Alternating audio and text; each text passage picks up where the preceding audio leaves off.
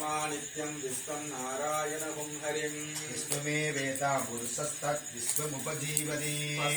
पतिं विश्वस्यात्मेश्वरहं शाश्वरहं शिवमच्युतम् नारायणं मगात्मेय विश्वात्मानपरायण नारायणः परो ज्योतिरात्मा नारायणः परः नारायण ब्रह्मद्वा नारायण परः नारायणः परोऽध्यायाध्यानन् नारायणः परः यस्य जगत् सर्वं दृश्यते